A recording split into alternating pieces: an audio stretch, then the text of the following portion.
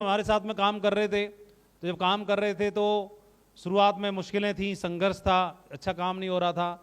जब आदमी का अच्छा काम नहीं चल रहा होता या अच्छे दिन नहीं होते तो फिर कोई भी आके सलाह दे जाता है ना। गांव पड़ोस में भी तो होता है ना, आम जिंदगी में भी। तो ये कर लो, बाबा के पास चले जाओ, ये टोटका करवा लो, ये ताबीज बंधवा लो, वहाँ चले जाना, वहाँ चल चढ़ा देना, वहाँ पीपल की पूजा कर लेना, माँ ये करवा लेना, माँ शंख रख लेना पूजा मंदिर में, माँ ये कर लेना, वो माला चढ़ा लेना, वो कर लेना, और हरे पत्ता 3 चढ़ाना, ये चढ़ाना वो चढ़ाना। कोई कुछ भी आके बोलता, माँ धागा बांध के आ जाना, माँ वहाँ चले जाना, माँ पूजा करवाना, माँ हवन करवाना, माँ भंडारा करवाना। तो जो जितना बोलता सब कर लेता आदमी। किसी को बीमारी है, किसी को ठीक नहीं हो रही, बोले उस डॉक्टर पे जाना, उस हकीम पे जाना, उस वैद्य पे जाना, ये जाना, उल्टा होके लटकना पेड़ पे, तो वो बेचारा उल्टा होके भी लटक जाएगा पेड़। सबकी माननी पड़ती है। तो जब काम नहीं चल रहा होता तो उस समय पर जसवीर जी का काम नहीं चल रहा था बढ़िया। आपने कहानी तो सुनी है कि 3-3.5 साल तक गोल्ड ही बने रहे। तो कहानी में एक डायलॉग में लाइन खत्म हो जाती है, लेकिन उसको 3.5 साल फेस करना अलग बात होती है ना। तब लोगों ने इनको भी बोला बाले शुरू कर दिया। कई बार इधर उधर टीम के लोग भी उंगली उठाते थे, इनकी डाउनलाइन के लोग भी, कई बार और लोग भी उंगली उठाते थे। कई बार अपलायनों को भी लगता है ये तो कुछ कर पाएगा कि नहीं कर पाएगा। कई अपलायन के 2-4 अपलायन थे वो तो फिर आउट ही हो गए, बोले जब इसी का नहीं हो रहा तो हमारा कहाँ होगा, है ना। जब हमारा सचिन का ही नहीं हो रहा तो हमारा कहाँ होना है, लबड़ा खत्म। तो लेकिन इनके अंदर जिद थी मुझे करना है, और घर से बाहर से, घर का दुकान वगैरह बंद कर चुके थे तो प्रेशर था, घर से भी जिम्मेदारियां रहती हैं, नहीं रहती हैं सारी चीज़ें। फिर उसी ड्यूरेशन में फिर शादी कर दी घर वालों ने। काम चल नहीं रहा, पहले से चेक है नहीं, तो बोला लड़का बिगड़ ना जाए, उल्टा पुल्टा हरकत ना करे, इधर कहीं न फंस ना जाए। तो घर वाले को चिंता रहती है, बोले पकड़ की शादी कर दो जैसी तैसी हो पाए। तो सिस्टर की शादी हो रही थी, खर्चा बचेगा उसी में इसकी भी कर दो, एक ही दावत में काम हो जाएगा। उसी में लपेट लपाटा कर दिया इसका, इनका भी, है ना। और शादी वादी कर दी, सारी चीज़ें कर दी। तो अभी प्रेशर है। अभी कोई काम करेंगे तो या दूध का काम करें या दुकान चलाएं, कहीं नौकरी करें, तो मालूम है 5-7 हज़ार की 10 हज़ार की नौकरी मिलेगी, इतना ही काम होगा मुश्किल से। और कुछ करना है, जब यहाँ इतने लोगों का हो रहा है तो हमारा भी होगा। आज नहीं हो रहा तो एक दिन होगा। मेहनत करने के लिए हम तैयार हैं, मेहनत करने के लिए तैयार थे, लेकिन उस ड्यूरेशन में भी अपने आप को समझाना, घर वालों को समझाना, बीवी को समझाना, अपलायनों को समझाना, डाउनलाइन को समझाना, एक बहुत बड़ा चैलेंज होता है। पैसा आपके पास है नहीं, और जो भी कुछ करना है आपको कर्जा होगा, तो या तो किसी और से लोगे या घर वालों से लोगे, एक तरह कर्जा ही है। घर वाले बोले तो उड़ा रहा है पैसे को। लेकिन उस हाल में कभी भी ये आदमी 80% लोग क्विट कर देते हैं, नेगेटिव हो जाते हैं, डिप्रेशन में हो जाते हैं।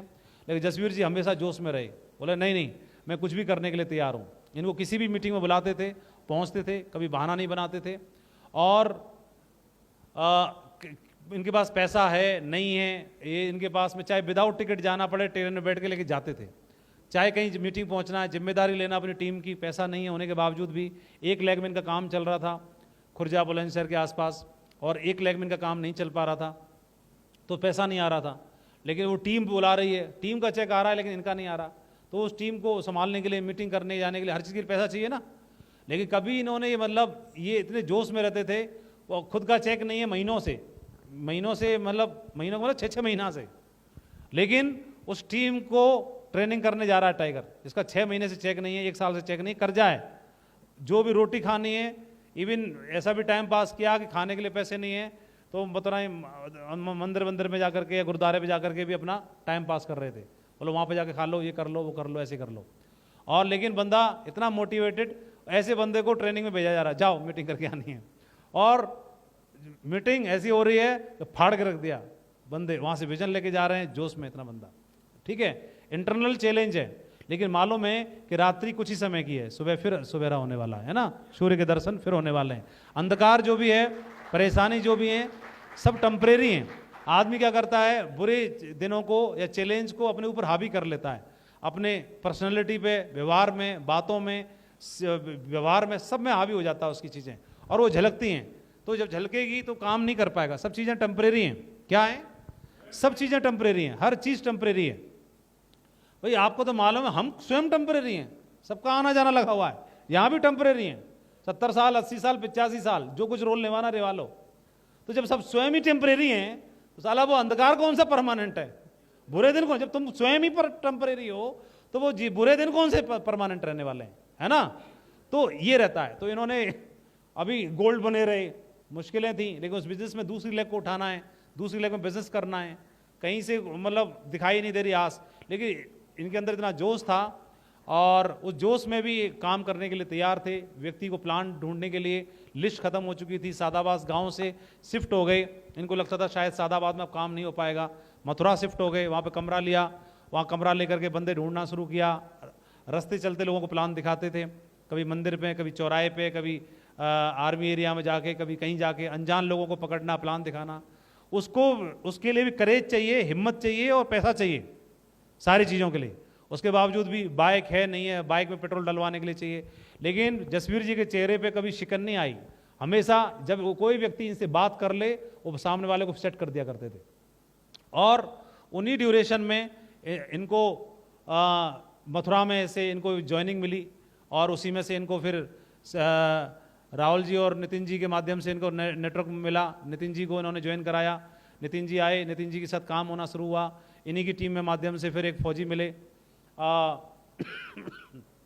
क्या नाम था उनका, सैलन जी मिले, और उसके माध्यम से फिर ओमवीर जी मिले, उनके माध्यम से फिर ये जोधपुर शिफ्ट हुए। कुछ नहीं था उसके बावजूद भी जोधपुर शिफ्ट हो गए, एक आदमी के लिए। कितने के लिए? सिर्फ एक आदमी के लिए। वहाँ रूम लेकर के रहने लगे। बोले जैसे मैं घर छोड़ करके जब मथुरा रह सकता हूँ, तो घर छोड़ करके जोधपुर भी रह सकता हूँ, मेरे लिए तो बात बराबर ही, घर से तो दूर ही हूँ। और घर से 50 किलोमीटर दूर रहूँ चाहे 500 किलोमीटर दूर रहूँ, बात तो एक ही है। जैसे स्विमिंग पूल में घुसा आदमी कोई, या पानी में घुसा, तो उसकी लंबाई अगर 5.5 फीट की है और पानी 6 फीट का है, फिर पानी 6 फीट का हो फिर चाहे 60 फीट का हो, काम तो पूरा ही हो गया उसका। फिर कितना भी ऊपर हो, क्या फर्क पड़ रहा है?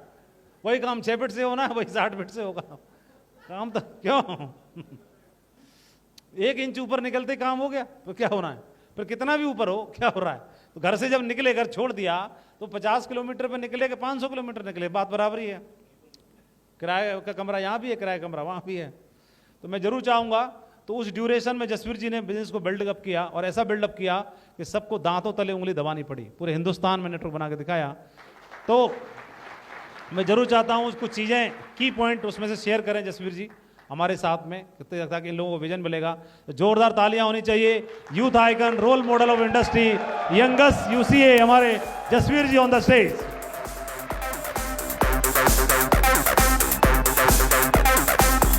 धन्यवाद, बैठिए प्लीज। थैंक यू, बैठ जाइए।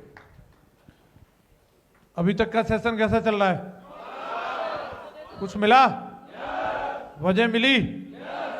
तो महागुरु जी ने कई चीजें हम लोगों को बड़ी सिंपल तरीके से बता दी हैं कि बिजनेस हम लोगों को मिला, चाहे कैसे भी हो, बाई चांस मिला हो, बाई फोर्स मिला हो, कैसे भी मिला हो, पर लेकिन सही जगह पे आ गए हम लोग, हाँ या ना? बस जरूरत इसकी कदर करने की है, जितनी हम कदर करेंगे उतना ही हमें रिवार्ड देने वाला है, हाँ या ना?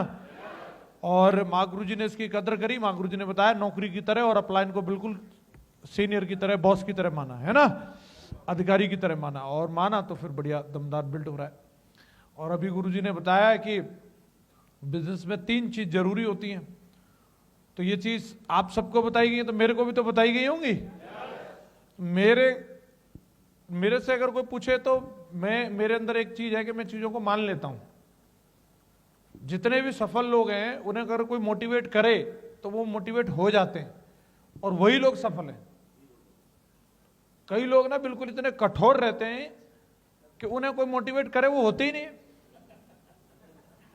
और वो सोचते हैं हम सबसे ज्यादा होशियार हैं, हमें ऐसे सीधी सीधी मान कैसे लेंगे? मैं मान ही नहीं सकता, समझ रहे? और दिशा में तो आप सब गई हैं, तो इसलिए वहां पे लाइन भी आती है, आप चतुर और निर्धन हो सकते हैं। तो हम चतुर नहीं थे, पहली बात तो ये। गुरुजी ने बोला जोश में रहना है, तो जोश में रहना है। फिर इसमें ये थोड़ी है कि जेब में ठंडी नहीं है तो रहना है कि नहीं, टर्म एंड कंडीशन से नहीं, जोश में रहना है मतलब रहना है। हेलो, 2 चीजें, एक तो यह कि आदमी को अगर जैसे डबल माइंड रहता है ना व्यक्ति, तो उसकी जो प्रोडक्टिविटी होती है वो डाउन हो जाती है, और वो अपना कहीं पे भी बेस्ट नहीं दे पाता। तो मेरा जो था, जो कुछ भी था, मैंने सारे पीछे के पुल जला दिए थे। जीना मरना सब कुछ मैंने फाइनल डिसाइड कर लिया था, सेफ शॉप में ही करना है। क्योंकि गुरुजी ने बता दिया, जैसे अपना कैलकुलेशन गुरुजी ने लगा लिया कि टीचर का ये है, तो मैंने भी लगा लिया था अपना। सब कोई लगा लेते हैं, नहीं लगा लेते भाई? हम अपने आप को कितना रगड़ेंगे? खेत है जैसे मान के चलो, तो खेत से क्या होने वाला है? मेरे से ज्यादा तो मेरे पिताजी के पास था। हम तो 2 भाइयों से आधा ही आएगा ना पिताजी से तो। अरे हाँ या ना? और जितना उन्होंने रगड़ा उतना तो हम रगड़ भी नहीं सकते। उनसे ज्यादा हमारे दादाजी के पास था कि पिताजी 6 भाई थे,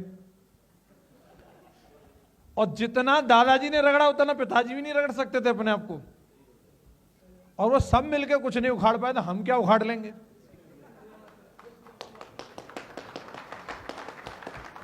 बताओ, अगर हम ज्यादा वीर बहादुर बन रहे हैं तो हम उनकी मेहनत पर शक कर रहे हैं। खूब मेहनती कम रहे होंगे। मेरी नजरों में तो हमारे दादाजी खूब मेहनती थे, पिताजी भी खूब थे, और मैक्सिमम पोटेंशियल देख लिया उन्होंने, यहां से कुछ नहीं होना जाना।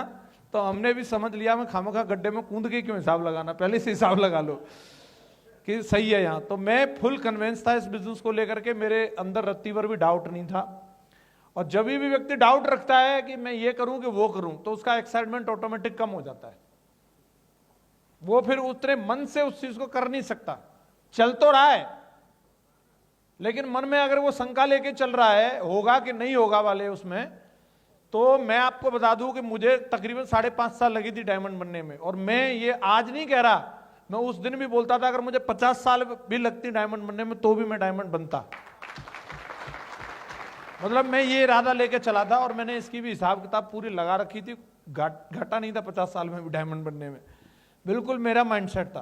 तो सिंगल माइंड था। नंबर 1 बात तो ये है कि डिसाइड करना जरूरी है अपनी जिंदगी में, कि कंफ्यूजन में ही रह जाते हैं हम लोग।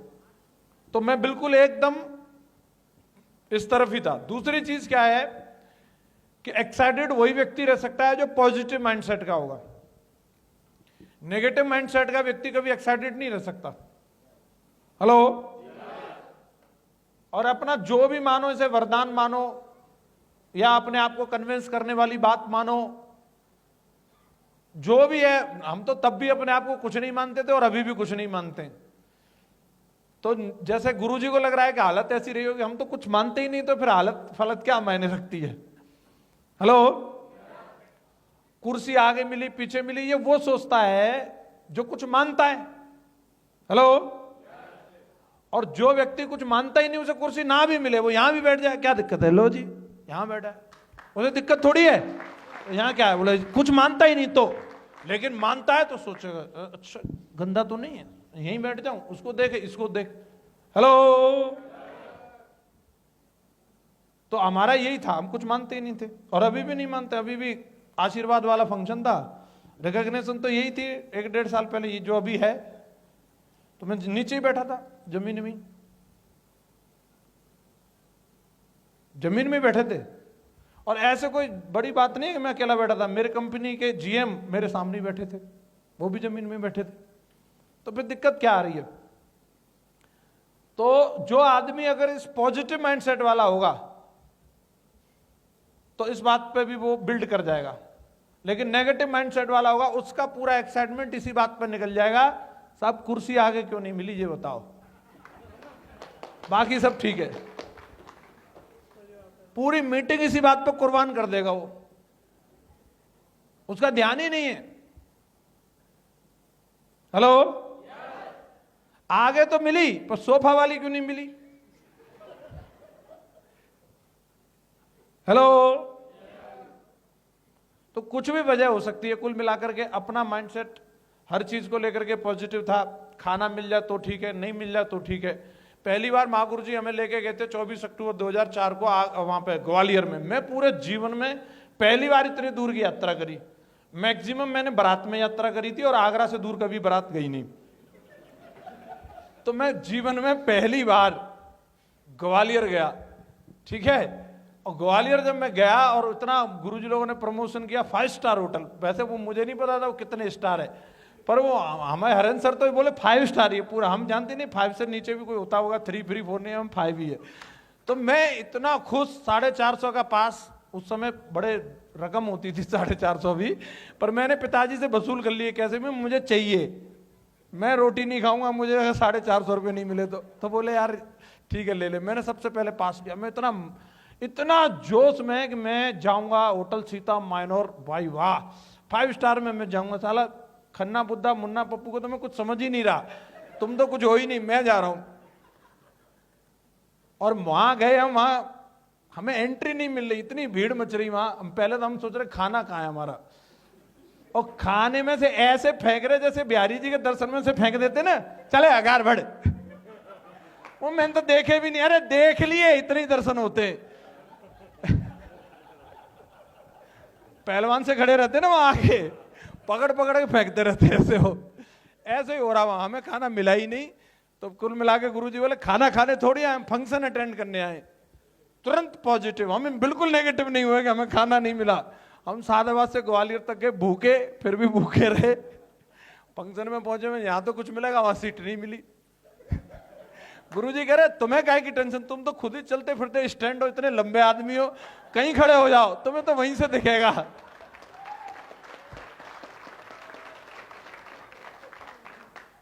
आदमी को फंक्शन में जाने के ये दो जोश रहते हैं, खाना बढ़िया मिल जाए, फंक्शन में बैठने की सीट मिल जाए, दोनों कैंसिल, न खाना और न सीट।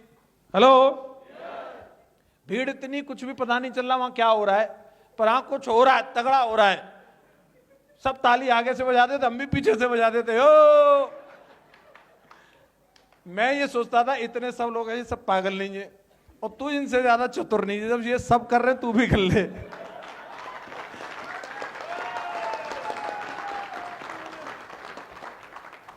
थोड़ा बिजनेस में धीरे धीरे आगे बढ़े, थोड़ा गुरुजी लोगों के करीब आने का मौका मिला, गुरुजी लोगों के बारे में जानने का मौका मिला। गुरुजी जितनी सिंपल तरीके से सारी चीजों को अपने बारे में बता रहे हैं, सिगरेट सिगरेट, तो गुरुजी तब भी चलो सिगरेट तो सही, आओ हमारा अगर बात करोगे, गुरुजी ने तो देखो मैं बता रहा हूं, गुरुजी ने तो IAS PCS के भी फार्म भरे हैं। ये मैं सच बता रहा हूं। अच्छा, जो भरेगा कौन, जिसको 1% तो लगेगा शायद मैं बन सकता हूं, बोलो हाँ या ना। और बोला भी होगा गुरुजी ने कि मैं बनूंगा। मैंने भाई साहब अपनी जिंदगी में कोई मास्टर बनने की नहीं बोली। मैं जैसे बोल देते ना मजाक में भी, मैं पायलट बनूंगा, डॉक्टर बनूंगा, ऐसे पूछते, मैंने बचपन में भी नहीं बोली। मैं क्यों बोलूं जब मैं बनना ही नहीं, मुझे अपनी परसेंटेज मालूम है। मेरा कॉन्सेप्ट क्लियर था कि मैं नहीं बनूंगा मास्टर वास्टर कुछ भी। अब मैं देख रहा हूं ये अगले आदमी बने हुए हैं ऑलरेडी। हेलो, महागुरु जी विजयपाल सर और माधव सर ये ऑलरेडी टीचर हैं, इनकी हैंडराइटिंग देखता था यार बड़ी तगड़ी है, मैं हर चीज नोटिस करता था। अपने साले वो चेहटाके से गोड़ मार रहे हैं।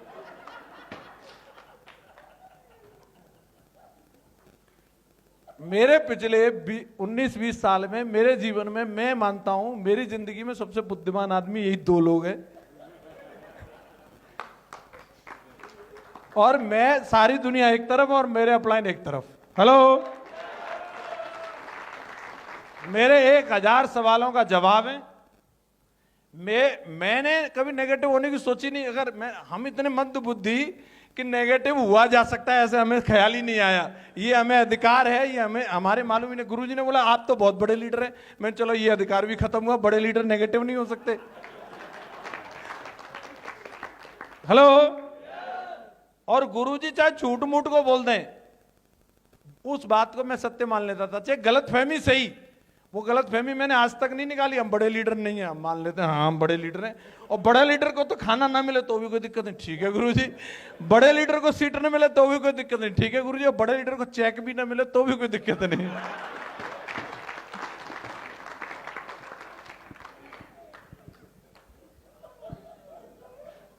और मैं एक बात जानता हूं,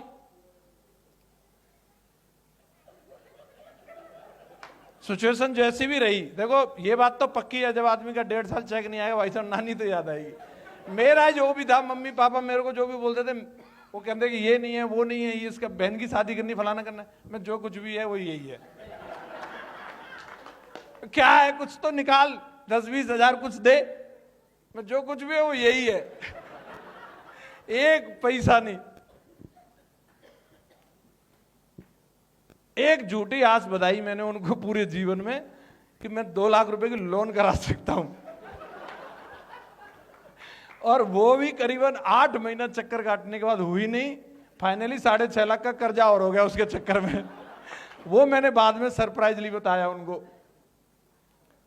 कुल मिलाकर के ये है, मैंने यही माना जो कुछ भी था, संघर्ष था, कॉम्प्रोमाइज भी था, अच्छे कपड़े नहीं थे, एक आध बार डांट भी खानी पड़ी।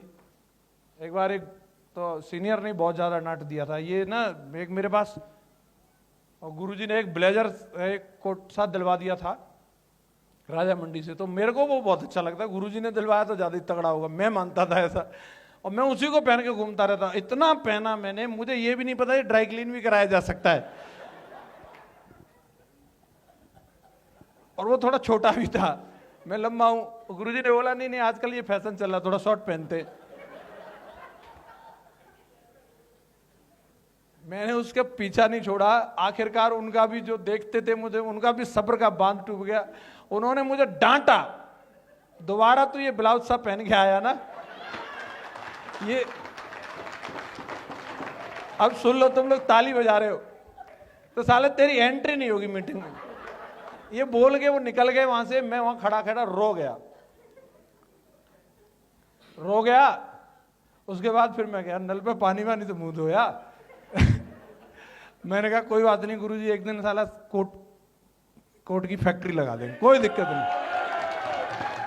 तो ये नहीं सोचा बोले यार साला तुम्हारी तो कंपनी में काम कर रहे हैं, कोई नया कोट नहीं तो तुम दिलवाओ। जो ठीक है, मतलब और भी बहुत, मतलब एक चीज नहीं है, कुल मिलाकर के अपना हर चीज में पॉजिटिव ढूंढ लेना। हेलो, ये अपना माइंडसेट रहा शुरू से, और यही माइंडसेट था और इसी की वजह से काम हो गया। और अगर होने के लिए तो नेगेटिव आदमी क्या है, छोटी सी बात पे भी नेगेटिव हो सकता है, हाँ या ना। महागुरु जी हमेशा बोलते हैं बनानी और बिगाड़ने वाली बात होती है। जो हमने तो एक बात ठान ली थी जयपाल जी, हमें तो बनानी है, हेलो, तो निभानी है तो आदमी कैसे भी निभा लेगा, हाँ या ना। जैसे मियाँ बीबी को निभानी होती है, उसको पता है मुझे भी इससे बढ़िया मिलेगी नहीं, और इसको भी मुझे छोड़ के जाना नहीं, क्योंकि जाना होता तो चली जाती है अब तक। तो कुछ दिन रहता, कुछ दिन ही रहती है, फाइनली फिर हो ही जाता है सॉरी सारी बोल बाल के, बर्तन वर्तन खटका खुटकू के। तो अपना भी वही है, अपने को मालूम है इससे बढ़िया कुछ है ही नहीं अपने लिए। तो फिर खामोखा नाटक किस लिए करना, जो कुछ भी करना दमदारी से इसी को करना है। हेलो, दूसरी बात मैं एक चीज कहना चाहूंगा कि मैंने जो कुछ भी मैं कर सकता था उसके लिए मैंने अपना बेस्ट दिया। मुझे ये नहीं मालूम कि भाई वो कितना अच्छा है, मैं अभी भी दावा नहीं करता इस बात का, पर मैंने अपना जितना मैं कर सकता था, क्योंकि मुझे पता था ये लास्ट चांस है, और जिंदगी ज्यादा मौके नहीं देती। पहले मौका दिया पढ़ाई लिखाई का, सबको मिला, हम हाँ या ना। निश्चित रूप से वो बहुत बढ़िया है। जो लोग अभी पढ़ाई लिखाई कर रहे हैं स्कूल में कॉलेज में, तो बेस्ट दो, वहां से बहुत सारे पोटेंशियल है अगर आपके अंदर है। तो मेरा मानना है यस, आप दूसरे सुंदर पिचाई आप भी हो सकते हैं, बेस्ट देना चाहिए। लेकिन मैं वहां पे चूक गया, जो भी है नहीं दे पाया। फिर जो और मौके मिले, जैसे पिताजी ने दुकान खुलवाई, उसको भी चूक गए, कुछ नाटक कर करा करके, अरे बोले ये कुछ नहीं बकवास है ये वो, पिताजी को समझा दिया हमने। तो पिताजी बोले भाई हमने 30 साल दूध का काम किया, इससे बढ़िया कोई काम नहीं है, दूधिया बन जा। तो उन्होंने डेयरी खुलवा दी। कुछ दिन मैंने जोश में वो भी चलाई, फिर पिताजी को समझा दिया मैंने। फिर बोले क्या करेगा, तो पिताजी ने फिर इसमें मुझे ज्वाइन कराया सेफ शॉप में। फिर मैंने इसमें कुछ दिन जोश में काम किया, कुछ दिन बाद काम चला नहीं, तो मैं पिताजी से मैंने ऐसे मन की लेके देखी, इसको छोड़ने के बारे में पूछ के देखता हूं। तो उन्होंने बोला जूता साले 9 नंबर का है, अब तक इतने काम छोड़ चुका है, बोले अब अगर तूने इसके अलावा कोई दूसरा काम किया तो हमसे बुरा कोई नहीं। मैंने कहा मैं पैसा तो आ नहीं रहे, पैसा है ही नहीं मेरे पास। बोले तू सिर्फ डायमंड बन, और डायमंड बनने में अगर एक आध बीघा खेत भी बिक गया तो तू टेंशन मत लेना, तू डायमंड बन। तो मेरा बिल्कुल माइंड सेट हो गया। मैंने कहा यार पिताजी की भी यही इच्छा है और मैं भी इसी के लिए बना हूं। और खास बात ये थी कि वक्त जब बुरा होता है तो सलाह की महागुरु जी ने बोला, जीवन साथी भी कई बार आपकी वैल्यू नहीं समझ पाते। जब मेरा वक्त ऐसा चल रहा था तो मेरी मैडम ने खुद मेरे को बोला, और कहां तक आदमी किसी को बोल सकता है कि मेरे जो बहनोई हैं उन्होंने, मतलब उनको घर में बातचीत किया, मेरी सिस्टर न्यूली मैरिड थे, तो वो इतना ज़्यादा ना तो मेरे संघर्ष को उन्होंने जाना था। 2-3-4 महीने हुए थे शादी को। नितिन जी उनको बहुत बढ़िया से जानते हैं। नितिन जी की एक आंख नहीं बनी उनसे शुरू से, क्योंकि वो हम लोगों की बहुत मजाक उड़ाते थे। वो बाकी कंपनी, बाकी लोगों की तरह जो उन्होंने दिल्ली विल्ली में देखा था वैसे ही समझते थे हमें। तो उनसे जैसे घर में परिवार में बातचीत हो रही, आदमी जो दामाद होता है उससे तो घर की बात बता ही सकता है, सिचुएशन, फाइनेंशियल स्टेटस वगैरह सब पता रहता है। मुझे मेरी ससुराल की पता, तो उनको भी पता था। तो उनको बोला कि कोई नौकरी अगर इसके लायक कुछ हो। मेरी मैडम ने भी बोला कि आप जिया जी कुछ करवा दो, इनका भी कुछ करवा दो। मैं कुछ नहीं बोल रहा, मैं तो चुप ही बैठा था अपना, जो भी मैं, ठीक है ये लोग बात कर रहे हैं, करने तो करनी तो मुझे ये नौकरी करनी है कि नहीं करनी, ये तो मैं डिसाइड करूंगा। तो उन्होंने बोला देखो डिग्री डिप्लोमा के हिसाब से किसी मॉल में या बैंक में सिक्योरिटी गार्ड की मिल सकती है। और उन्होंने तनख्वाह वनख्वाह भी बताई, 8-10 हजार तक मिल जाएंगे। वो तो ये बात बोल के चले गए, पर मैडम के दिमाग में ये बात घर कर गई। और मैडम ने 4-5 दिन बाद मेरे को बोला, उसमें भी क्या बुराई है, कर नहीं सकते तुम, कर लो। सिचुएशन, आदमी ना जब मरता क्या नहीं करता वाली बात होती है, क्योंकि वो हालातों को वो भी देख रही थी। बहुत सारी ऐसी चीजें होती है, मेरे पास 100 रुपए तक नहीं थे जब आदमी, क्योंकि अगर मैं आपको बताऊंगा मैडम ने अगर ये बोला तो, क्योंकि मैडम ने मेरे से भी ज्यादा फेस करना पड़ा होगा उसको, कई जगह बेइज्जती हुई होगी या सिचुएशन हुई होगी। किस्सा बताऊंगा तो पूरी इसमें निकल जाएगी। मतलब ये हालत थी मेरी कि मैं उसको लेने गया तो वहां तक जाने के लिए मेरे पास पेट्रोल का जुगाड़ नहीं था। हिला हिला के मोटरसाइकिल लेके पहुंच गया मैं। लौट के आएंगे तो उसी से पैसा लेके डलवाएंगे, और धोखा देगी मोटरसाइकिल पंप से पहले ही। पैसा तो मिल गए मैडम से 50 रुपए, अब पंप तक जाने के लिए तो 2 किलोमीटर पैदल खींचना पड़ेगा। मैडम का चेहरा लाल, इतनी तो डलवा के रखता कि लौट के पंप तक पहुंच जाए। अब वो इतना गुस्सा कर रही कि मैं, अब क्योंकि भाई उसकी घर है वहां पे, तो जहां उसका मायका रहता वहां एक थोड़ी रेपुटेशन तो रहती है, झूठी सही सच्ची सही। हेलो, अब वहां पे अगर उसका पति वो बाइक खींच रहा है बिना पेट्रोल के, वो पैदल चल रही है, तो कितनी बेइज्जती थी। उसने एक ही चीज बोली कि मैं न तो यहां से एक कदम आगे पैदल जाऊंगी, न एक कदम पीछे, ये मोटरसाइकिल यहीं की यहीं चालू होनी चाहिए बस। और उस वक्त चेहरा लाल था उसका, एकदम गुस्सा का बिल्कुल मीटर तना हुआ था। तुम लोग हंस रहे हो, मैं भगवान से प्रार्थना कर रहा था, मैं कुछ करो कन्हैया, तुम कहाँ हो। मैंने कहा तू अपने भाई को फोन करते, बोतल में ले आएगा। किसी भाई को फोन नहीं कर सकती मैं, ये चालू होनी चाहिए यहां पर। मैं मानता हूं ईश्वर दुनिया में है। आप में से कितने लोग मानते हैं? उस दिन मुझे दर्शन हुए उनके, मैंने उनका नाम लेके टंकी खोली और टंकी में पेट्रोल बज गई। बजने का मतलब साला 10 किलोमीटर जाएगी वो, मुझे फुल अनुभव था। बज गई, बजने लायक है। मुझे मालूम है हेड में कितनी रहती है, हिला हिला करके फूंक मार के भी कहां तक चल सकती है, क्योंकि पिछले 10 बार खाली हो चुकी थी टंकी। उसका तो हमें तजुर्बा था, मैडम के संग पहली बार हुई, अलग बात है। तो जैसे बजी, मैंने कि पेट्रोल तो है, अरे मैं तू टेंशन मत ले। अभी मैंने थोड़ा उसको हिलाया डुलाया, फूंक मारी और पंप तक पहुंचाया। पंप पहुंचाने का, पंप उसी के गांव की थी, उसी के परिवार के बंदे की। उसने पर्स में से निकाल के जो 50 रुपए दिए, जो मेरा साला था, मतलब लगता था दूर नजदीक के कैसे भी मान लो, वो समझ गया कि इससे पैसा लेके डलवा रहा। वो हंस गया डालते डालते, और ये बात मेरे यहां घुस गई बिल्कुल यहां। मैं वहां कुछ रिएक्ट नहीं किया, लेकिन मैंने कमिटमेंट जरूर लिया कि बेटा इसका माकूल जवाब दिया जाएगा। और उसी पंप पे अपनी मैडम को लेकर के BMW से गया टंकी फुल कर देना।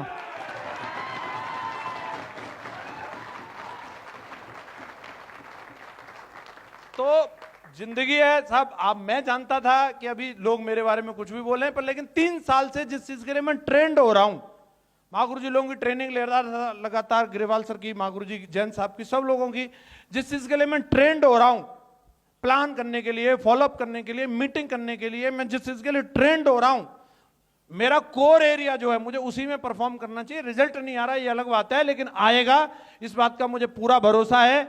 और आएगा, जरूर आएगा, मुझे इस बात का भरोसा है। इस बात को लेकर के मैं श्योर था, और वक्त आया और मैंने उसको मेंटेन करके रखा तब तक, जब तक वक्त आ नहीं गया।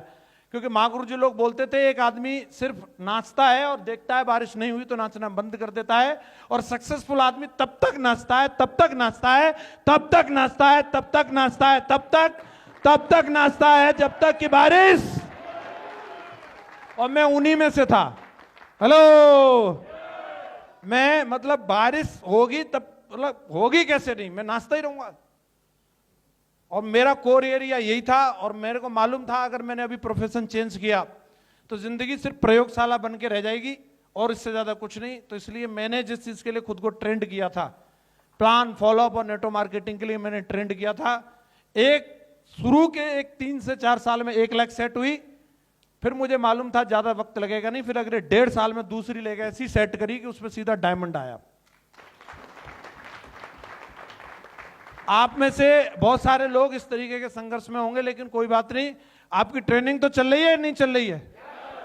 आप जो महागुरु जी बता रहे हैं, सिर्फ हमें फॉर्मेलिटी के लिए उन चीजों को नहीं करना है।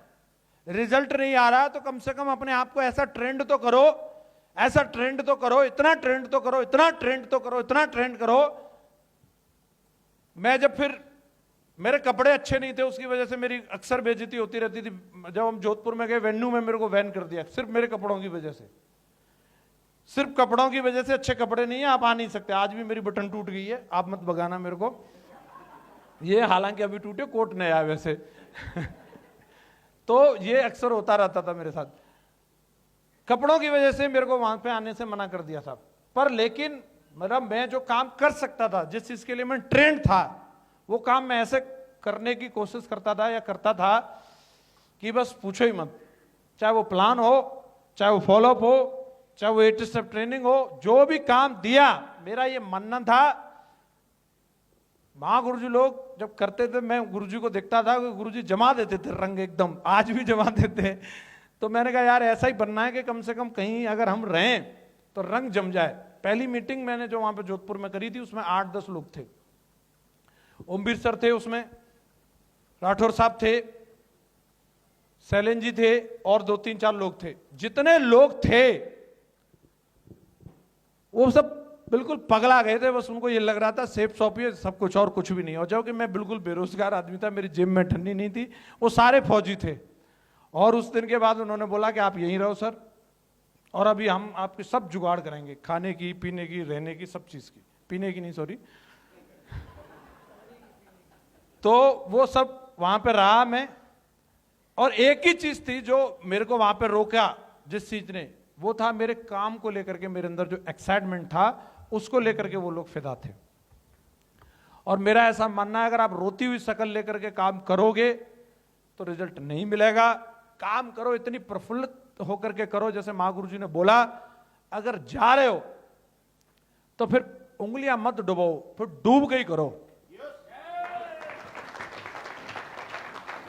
और सफलता इसी चीज से मिलने वाली है। जीवन में जिस सेक्टर के अंदर सफल हो गए लोग, जहां पर भी वो उस चीज में डूब गए, वो सफल हो गए। क्या कर गए? मैं सुना नहीं मैंने। क्या कर गए वो? और लोग डूब रहे हैं। कोई जाम में डूब रहा है, कोई शाम में डूब रहा है, कोई किसी की आंखों में डूब रहा है। वहां नहीं, अपने काम में अगर डूब गए तो सफलता मिल जाएगी। मैं बस यही कहूंगा और महागुरु जी को बुलाऊंगा कि मैंने जो काम किया है, मैं सच बता रहा हूं, दिल से बता रहा हूं, मैं डूब के ही किया है। ये है। परिस्थितियां मेरे हाथ में नहीं थी, परिस्थितियों को मैं कंट्रोल नहीं कर सकता था, लेकिन हाँ, उस पर क्या रिएक्ट करना है इसको मैं कंट्रोल कर सकता था। आज भी और आगे भी आपके जीवन में कभी दुख रहेगा, कभी सुख रहेगा, कभी सफलता रहेगी, कभी विफलता रहेगी, लेकिन उस पर रिस्पॉन्स क्या करना है ये हमेशा आपके हाथ में। हाँ या ना? एक्ट हो जाना वो हमारे हाथ में नहीं है। वो एक्ट कुछ भी हो सकता है, घटनाएं कुछ भी हो सकती हैं, बट उन घटनाओं पे हम क्या रिएक्ट करने वाले हैं ये हमेशा हमारे हाथ में।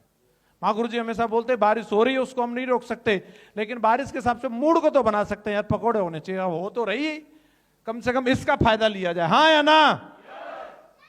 तो जो हो रहा है, तो मैं उस वक्त में जो चल रहा था मेरा दौर असफलताओं का, मैं एक एक चीज को एक एक पन्ने पर लिख रहा था। मैं बेटा एक दिन ना ये पूरी किताब बनेगी, साला सुनाने के काम आएगी। मैं चलने दो, अभी इसमें कितने पन्ने जुड़ रहे हैं और आज भी हेलो हेलो और आज भी ये कार्यक्रम जारी है। आज भी पन्ने लिखने का मामला बस यहां छुपा के रखते हैं, वक्त आने पे माकूल जवाब देते हैं। वक्त की बात है, अभी आपका हो सकता है कि वही वाला फेस चल रहा हो जो मेरा चल रहा था 2006-7 में, बदल जाएगा, चिंता ना करो। महागुरु जी हमारे साथ हैं, इतने ग्रेट द्रोणाचार्य, हम सब अर्जुन की तरह परफॉर्म करेंगे। यस या नो? तो चलिए ग्रेट महागुरु जी को बुलाते हैं, फिर